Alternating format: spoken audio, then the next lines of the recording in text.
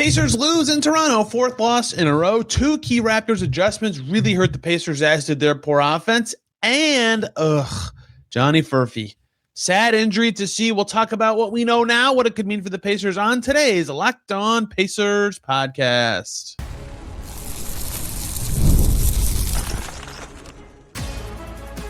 You are Locked On Pacers, your daily Indiana Pacers podcast, part of the Locked On Podcast Network, your team every day. What's up, everybody? Happy Monday. Hope you had a great weekend, and welcome into another edition of the Locked On Pacers podcast, where we, of course, talk about the Indiana Pacers. As always, my name's Tony East. I cover the team for Forbes and Circle City Spin. And today, the Pacers go to Toronto. They're up at halftime. Things look okay against the Raptors. Their defense looks good, and they get smoked down the stretch, losing the Toronto Raptors. Adjustments were key to this game. The Pacers' sputtering offense were problematic in this game. We'll break it all down in the third quarter. Scotty Barnes, one of the better quarters I've ever seen. How did the Pacers lose? We'll get to the notebook from this game. I really want to dive in to Cam Jones' play of late, something that was overlooked, including by me a little bit, from the game in Milwaukee before this one too. And we'll talk, unfortunately, Johnny Furphy, a dunk, a knee injury. We'll see. Maybe it's leg. We'll see. I'm not going to speculate on specifics, but I am going to talk about it and what it could mean in the immediate for the Pacers. We start with the game that the Pacers just played, and I'll actually start with this, the sixth annual, whatever, annual is not even the right word, update on the Pacers trade. Ivica Zubac and Kobe Brown have arrived in Indy for their physicals, which is great. Perhaps they could join the team on Tuesday in New York City, and that's all the trade stuff we're going to talk about today. I'll talk a little more about it tomorrow for the last time, and then we'll basically be at like a full week straight of shows about the Pacers trade deadline before we actually can see them play potentially for the team. Okay, Pacers in Toronto, really interesting game because super defensive early, and the Pacers were doing pretty well in that kind of game. They closed the half on this strong surge. I think it was a 17-5 run. They're up 6 late in the second quarter, right? Even with a lot of things not going well, they were winning in the game, and yet despite the score in this defensive kind of game, it just felt to me like the Pacers were kind of on the brink of falling apart. At one point, they were shooting 34% and they were winning the game, right? They were actually, to their credit, that meant that they were doing enough elsewhere with their defense. Their best guys were being aggressive, albeit maybe not at the right times. They were forcing turnovers, and they were mostly playing good transition defense. The Raptors thrive in transition, stopping them from getting going in that way. But there was a couple things that happened in the first half that were interesting to me. One, the Pacers offense just being generally kind of crummy, even though they were winning. Sandro Mamukelashvili was dotting shots, which became important, as we'll get to in a minute, after an injury for the Raptors. He was a problem. He was the best center for the Raptors, quite frankly, without Jakob Poeltl and an injury to Colin Murray-Boyles. And Siakam and Andrew Nembhard were both, they have to at times for this team right now, but they were both forcing it just a little too much. They're the right two guys to actually force things, but they weren't hitting enough for it to, this is the second straight game, this is kind of been the case, for it to feel great. Siakam got going at times, but Nembhard 4 for 18, really poor night for him, 10 points on 18 shots. Siakam was 7 for 15 by the end. Obviously, when those two are taking the lion's share of the shots, Jarris ends up catching up to them, and he was also 4 for 14. The highest volume guys were all struggling. So the ball movement had to be great with the way the Raptors defend the paint, and it was okay, but there was a lot of turnovers. And then a Raptors changes the game to me. The first one was they put 2 point guards on the floor at the same time. They put Shed and Quickly on the floor at the same time, and they've done that before. This isn't like some new look, but that group finally got the Raptors some solutions where they figured out how to penetrate. They figured out how to move the ball a little bit better.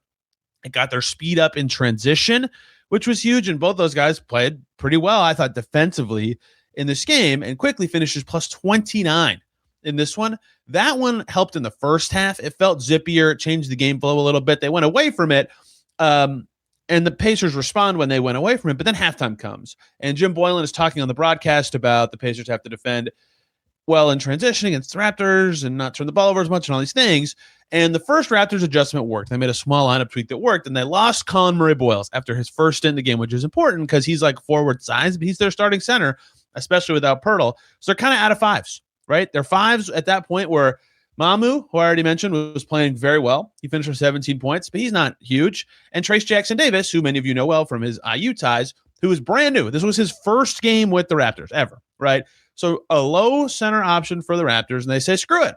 We don't need any of those guys. And the Pacers are familiar with this. They also have played small quite often. But the second half, the Raptors roll out Jacoby Walter, Emmanuel Quickley, Scotty Barnes, RJ Barrett, and Brandon Ingram to start the second half. So their center is Jacoby Walter, who is not a center, right? No prayer of anyone considering him a 5. And that group was just awesome. And to be clear, the guy that was in particular awesome was Scotty Barnes. But that group in general was just running it down the Pacers' throats the whole time. The Pacers responded, to their credit, right away. Jay Huff came out for Jarris Walker like barely over a minute into the half. Like, that's the right choice. The Pacers needed to match the tempo of that group. But between that 2-point guard group in the second quarter and this choice from the Raptors for the second half, Huff came in 69 seconds in to the half. The Raptors had a ton of momentum, and Scotty Barnes just took over the game. Third quarter, Scotty Barnes, in one quarter, 13 points, 8 rebounds, 4 assists, 1 steal, 2 blocks. In a quarter, there are a ton of NBA players who that would be their best game, like ever. And he did that in just the third quarter, and that really ignited Toronto. And so I thought the two things that were like the defining traits of how this game changed were Raptors lineup choices that were bold, right? For a team that is known for, or at least in my head known for, being pretty big and having a lot of forward-sized dudes who just are long and in the way and really shrink the court. They went small with 2 point guards, and that kind of goes against their identity. And then they went really far away from centerless, and both of those groups were great. And the Raptors were just unstoppable in the third quarter. And so you heard me mention it. This game was so defensive-oriented in the first half, and to the Pacers' credit, they defended pretty well. Once that went away, this game was over. And the flow of the game always felt like this was possible. 44 points for the Raptors in the third quarter. The 7th time the Pacers have conceded 40 in a quarter this season, but that was their first time in over a month after doing so like a gazillion times in early January. So I suppose that's some progress, but the game got out of hand very quickly. The Pacers were winning at halftime, and they were down 10 in a snap to start the second half. Raptors third quarter stats, 44 points. I obviously mentioned that. With 13 assists, the Pacers made 12 shots, 16 rebounds. They didn't turn it over once after having 9 turnovers in the first half. They were 17 for 28 from the field and 4 for 8 from deep. They did not miss a free throw. All of the 4 players in the Raptors made 3 or more shots. Brandon Ingram made 3. RJ Barrett made 3 and didn't miss. Emmanuel Quickley was 3 for 4, and Barnes was 6 for 7. Dominant quarter from the Toronto Raptors. And the two things that happened, obviously the lineup stuff, was they finally got into how they play. If you've watched Toronto, they've played the Pacers a lot this year, or you've watched them not play the Pacers, they are very good at getting from defense to offense. Their transition play is quite good. Their half-court offense is better than I've given it credit for all season. But to me, the thing that separates them is they always are beating you up in the open floor, and really every time they get a board or they get a steal, they're dominating the open floor. 24 points in transition for the Raptors, just 11 for the Pacers. That was significant. Points in the paint, plus 18 for the Raptors. They just came at the Pacers hard, got to the rim, used their spacing in transition to get open, and once the game settled into their style, it was over. 23-8 run at about 5 minutes to open the second half. The game flipped hilariously fast, and it was over. And then the Pacers' final kind of chance, I don't even know how close it actually got. I think it was 13 or 12, which is reasonable. The Pacers have erased that kind of deficit this season. That was the early fourth quarter. Okay, maybe the Pacers will have a chance here, right? Surely I don't remember exactly what the score was at that time, like 80-94 at one point. And then the guy who flips the game is the last remaining actual center for the Raptors. Trayce Jackson-Davis just gobbles up every single offensive rebound on the floor. He had 7 offensive rebounds in the fourth quarter. The Pacers had 8 defensive rebounds in that quarter. He completely slammed the door shut on the Pacers in his debut for the Raptors. He finished with 8 offensive rebounds and a 10-point, 10-rebound double-double. That was the icing on the cake for the Raptors. So the thing that got Toronto this win to me, and the Pacers this loss, obviously, was 2 lineup changes that were very smart from Toronto. The Pacers' inability to stop the Raptors going extremely small in the third, and then Trayce slamming the door shut at the end. The Pacers had many things they could have certainly done better on an individual level. Nembhard and Walker combining for 8 for 32 is certainly significant. That's more than a third of the team shots. They had 19 turnovers. Those 2 in particular stand out as a lot of the guys with the ball, were not good enough in ways that they just needed to be better. Both Nembhard and Walker combining for 8 turnovers, 4 each in this game, and that is how the Pacers lost. I have so many more things to get to from a notebook perspective, and unfortunately, from a Johnny Furphy injury perspective. We'll get to all that coming up next here on Locked On Pacers. But first, everybody, let me talk to you about Prize Picks. Shoot your shot on Prize Picks. Get $50 instantly in lineups when you play your first $5 lineup. That's right. Prize Picks is giving you $50 in lineups when you sign up and play your first $5 lineup, because Prize Picks makes every dunk, every dime, and every board that much more exciting. It's America's #1 app for sports picks. It's simple to play. You just pick more or less on 2 to 6 player stat projections, and if your picks are right, you can cash in. You can choose from basketball, baseball, hockey, soccer, UFC, and more. Plus, they've got features like early payouts and flex plays. You've got options while the games are still happening. Download the app, and you'll be surprised how easy it is to get started. You can make NBA lineups around players you already follow. You just pick more or less on their points or assists or whatever. It makes every possession more fun to watch. The social feature is awesome. You can see what other people are playing and just copy their lineups in one click, and it's available in all 50 states. So it's easy for anyone to jump in. Download the Prize Picks app. Use the code LOCKEDONNBA to get $50 in lineups after you play your first $5 lineup. That is code LOCKEDONNBA for $50 in lineups after your first $5 lineup. Prize Picks is good to be right. We are back here on Locked On Pacers. Thanks for making this your first listen today and every single day. Your second listen, Sean Woodley on Locked On Raptors. The Raptors are fun and good. They really pummel the bad teams, and they did so against the Pacers. And thanks for tuning in to Locked On Pacers today. Tomorrow, we're talking a little bit more about the trade. Some finished up reporting there. I want to talk about a couple. We'll see what the latest on Furphy is. We'll see if we hear from anyone new on the team. We'll have lots of stuff to get to. And if you're interested in that or any other future episodes, the Everydayer Club is for you. You'll get all the latest there. You can get the Discord exclusive for members only, ad-free episodes. Check out the link at lockedonpodcast.com/Everydayer Club. It's in the description of this episode. Okay. As a big of a bummer as it gets, Johnny Furphy, who finally breaks through the defense, rises up, pummels through a dunk in the third quarter, lands an immediate pain, heap of pain, reaching for the right knee on the ground, doesn't get up, pounding the floor with the fist, an all too familiar sign for the Pacers. Unfortunately, everybody looks devastated. Jarris Walker's holding his face. Rick Carlisle's biting his finger. Tyrese Haliburton's holding his face. Obi Toppin, Carl Eaton, they take him off. He goes off in a wheelchair after they get him back to the tunnel. Just a sad scene, a very sad and scary scene. And I want to talk about Furphy's game a little bit. It feels not fun to do after, this injury. But look, this sucks. It just sucks, right? There's not a lot to say about it. An emerging player like Furphy is the kind of guy who the rest of this season is about, right?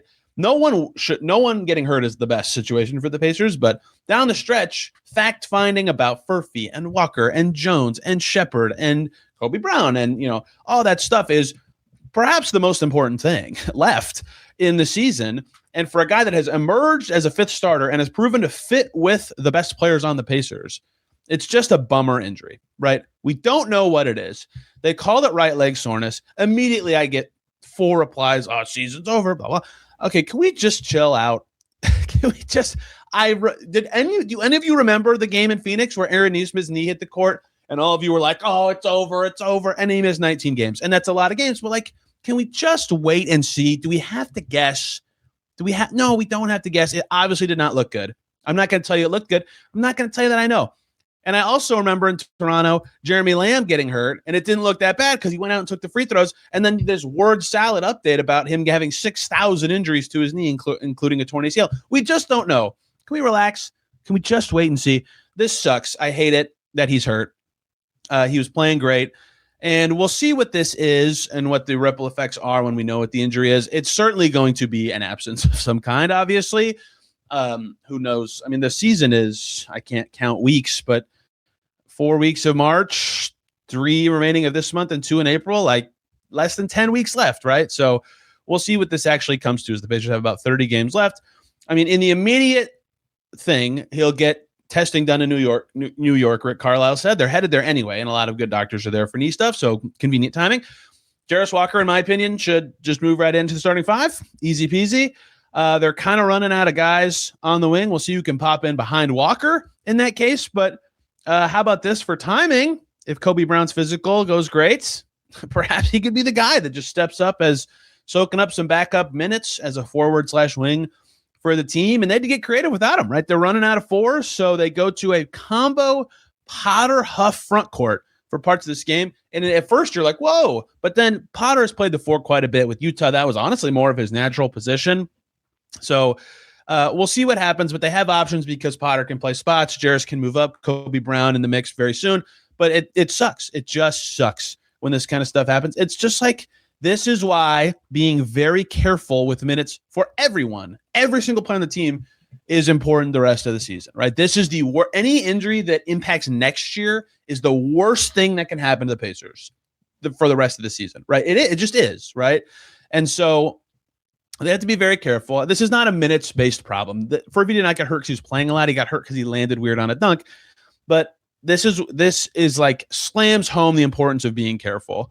And I'm not saying like anyone didn't know that already, but you wonder if anybody had like a moment when that happened. I do unfortunately want to talk about Furphy's game that happened, just to flow right into the notebook for a second, because had he not gotten hurt, this was not a great game from him. I feel bad talking poorly about his game on a night that he gets hurt.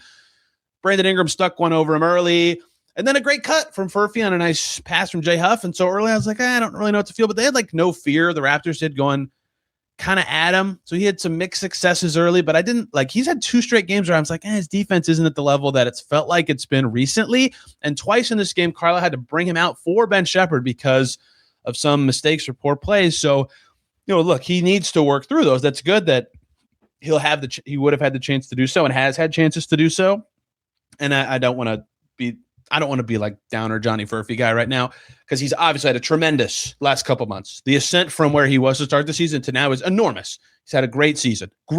One of the I've mentioned him as the biggest positive many times this season for the Pacers, and that's why this injury just stinks so much. Chances to work through nights like tonight are part of the growth for young players like Johnny Furphy, and now the Pacers can just hope for the best. We'll know more soon-ish.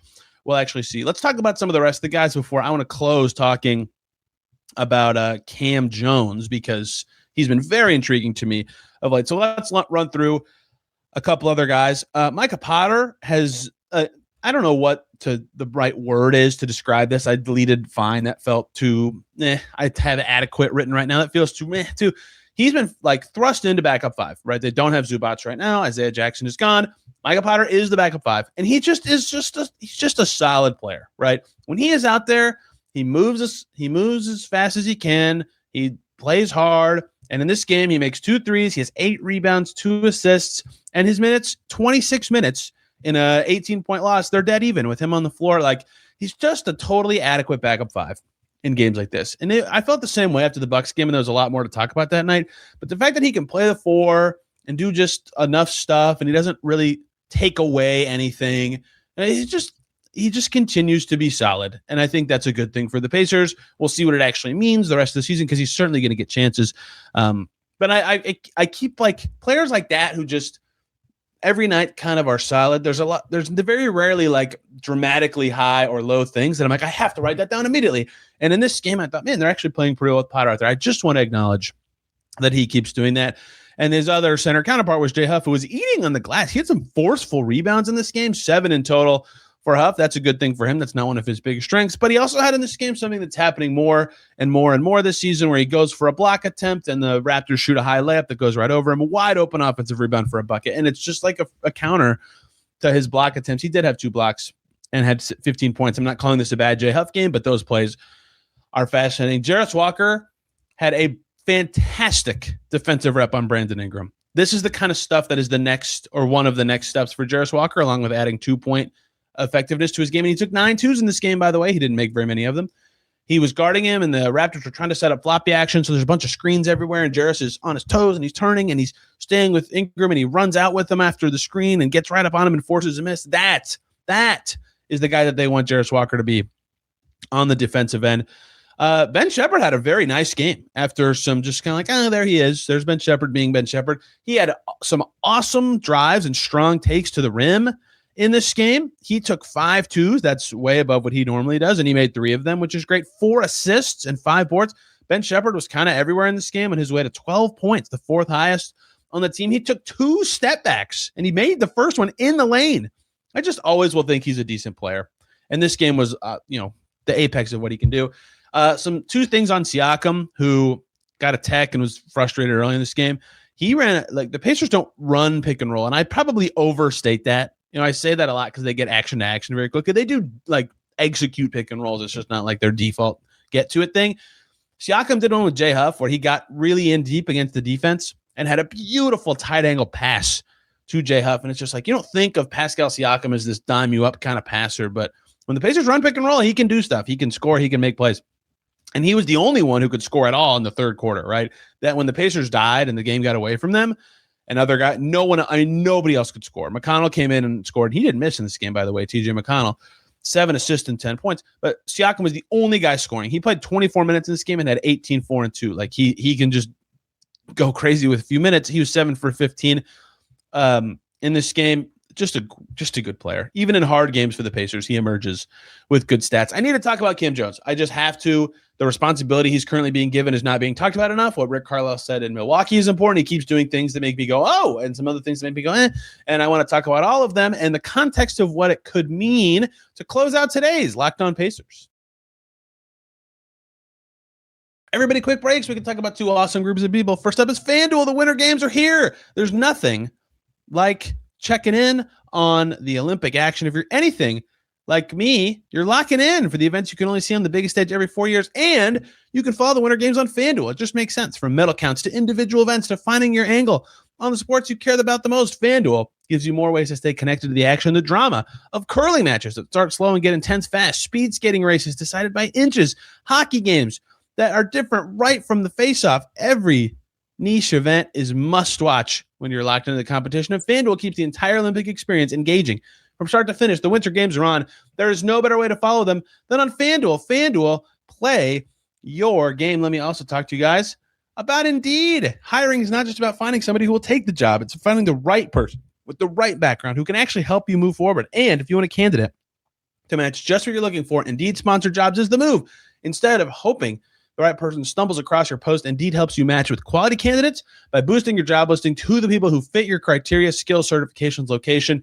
If you're hiring, you don't just want someone who can help. You want somebody with real experience who can jump right in, and Indeed will help you get there with specific and targeting exactly what you need. It saves you time because you're spending less energy, and with sponsored jobs, you get seen by candidates who are actually a fit. Here's a stat that says it all. In just this minute I've been talking to you, companies like yours have made 27 hires on Indeed according to their data worldwide. So if you're hiring, spend less time searching, more time interviewing candidates who check all your boxes with Indeed Sponsored Jobs. Listeners to this show will get a $75 sponsored job credit to help your job get the premium status it deserves at Indeed.com/podcast. That's Indeed.com/podcast. Terms and conditions apply. Hiring, do it the right way with Indeed. We are back here on Locked On Pacers. Thanks for making us your first listen today and every single day. Your second listen. Every game stunk last night in the NBA, all blowouts. So Super Bowl also happened. Go check out Locked On Seahawks, Locked On Patriots to hear whatever side of that. I say, as someone who had no rooting interest in the game, that Jason Myers should have been the MVP, although the running back was quite good. Goofy game. Goofy Super Bowl. Seahawks were awesome, though. Okay, let's talk about Cam Jones. So I don't remember. I've made so many podcasts recently and written so many things that I can't remember when I do and don't talk about things. I know I talked about Cam Jones a little bit after the Bucks game, but I need to talk about it more because after the game, Rick Carlisle, I think I mentioned this part of the story. So he talked to Cam Jones during the game in Milwaukee, and he said, so the Bucks play in Fiserv Forum. That's where Marquette plays college basketball games. And he played at Marquette, obviously. So he said to Cam, he basically said, when you were at Marquette, were you a threat with the ball? And Jones said yes, he was very much so. And Rick Carlisle said to him, that's how you've got to play here, right, for the Pacers. And that's a very telling thing to say. And Jones, responds to that. And he's 1 for 2 in that game. He doesn't, do a lot of stuff in general. But then they play again against Toronto, and Cam is the sixth man, right? Him and Jarris Walker are the first two subs in the game. And I remember after Pacers Bucks, the other thing I wanted to ask Rick about with Cam is Cam played with Pascal Siakam, and entering that game, they had 19 minutes together on the season, and 8 of them came one night against the Spurs on January 2nd, and then they played like over 5.5 minutes against the Bucks.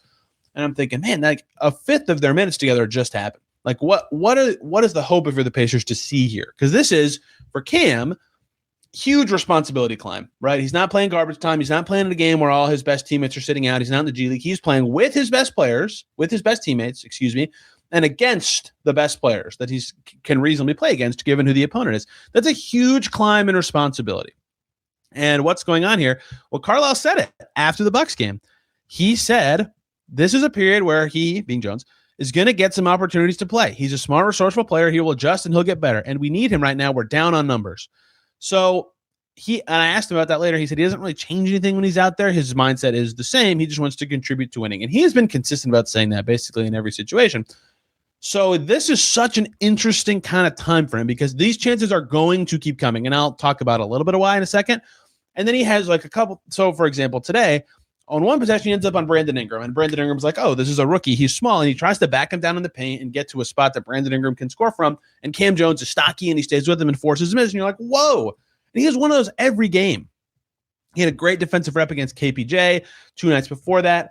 I vividly remember him having a possession against De'Aaron Fox. And I was like, whoa. I don't think of Cam Jones as this on-ball defensive master. But he has 1 or 2 reps a game that I'm like, okay. This is a thing. This is good. He's going to be playing with these guys more often. He's got to show stuff like that.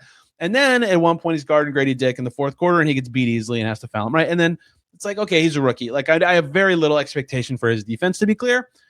But he is in a mode and a time of his career where it's time. It's time to play Cam Jones for the Pacers. It's honestly been time, but it's really time now. 3 for 5 in this game. That's good. He made both of his 2-pointers. 1 rebound, 1 assist, 7 points. He was like, fine. But this is what I think you'll see more now from the Pacers is them going to more Cam Jones. He's been the 6th man in 2 straight games. And I wondered after the Milwaukee game how much of it was the Marquette of it all and being back where he played college. And the other part of it of, what I already mentioned, that they're actually working him in to these situations. So in this game, he was in the most used lineup for the Pacers, but it was kind of like a junk group in the fourth quarter. But he also got a big burn with Nembhard, Huff, Potter, and Walker. Like there's him playing in a 2-point guard group. He played with Siakam, Nesmith, Huff, and McConnell. That group played for 2 minutes and 21 seconds and was +2. Right? He plays with Siakam, Shepherd, Potter, and McConnell for 1.5 minutes. Right? He plays with Siakam, McConnell, Shepherd, and Huff for 1 minute and 15 seconds. Like these are huge jumps up the ladder of responsibility for Cam Jones. And so he is going to become a thing. He's going to be on the floor a lot. This is a great evaluation time for him. And unfortunately, as he gets hurt, it's a reference point. But similar to Furphy going up and starting all of a sudden, look how much we learned about him immediately. I think we're about to learn a lot about Cam Jones. And this responsibility comes because, one, they just traded away a guard, right? I forgot one play he made in this game that I want to talk about. He cut into the lane. I don't think Cam Jones is a cutter. He cut off ball into the lane, playing with McConnell, and finished a righty layup. He's so lefty dominant. He loves going left. The Pacers go right all the time. And I was like, whoa, okay. So that's noteworthy. Like he's showing more stuff.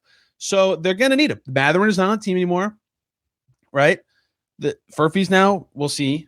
So they need him in the rotation. Now, the other layer of this is Quentin Jackson's been inactive a few games in a row now.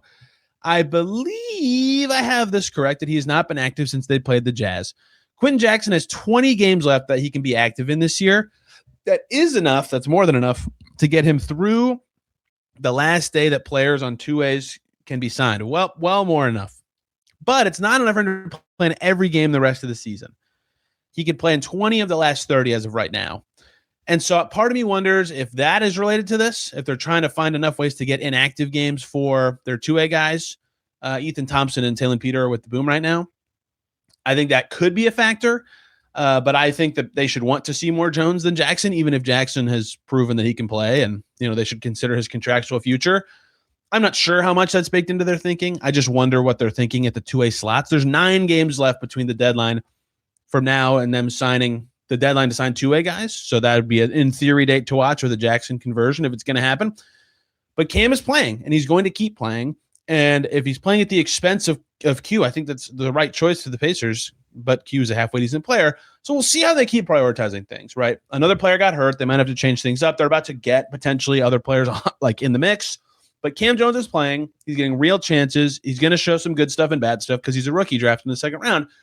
But this is all worth time and worth intrigue, and he deserved focus today on this podcast. And there's going to hit a point in the season where it's just like, let's talk about what Cam Jones did today every single game. And this game is maybe the start of that time of the season. And that is Pacers Raptors. And the least I've talked about Ivica Zubats in like 6 days. We'll do it again tomorrow. I'll do one segment on the trade to wrap it up and put a bow on it because I did some reporting on it that I want to talk about on this podcast. Well, if we get anything on Furphy, we'll talk about that tomorrow, and I'll find one other thing to talk about. If you have any suggestions or ideas, let me know. I'm all ears because I'm about to be traveling for 8 days, including over the All-Star break, but I will be in New York for the Pacers' next 2 games. So Pacers-Knicks, Pacers-Nets from the arena should be fun. Thank you guys so much for listening today and every single day. You can find me on social media at Tony R. East and this podcast at Locked On Pacers. Back tomorrow talking more Pacers. Till then, everybody have a wonderful day.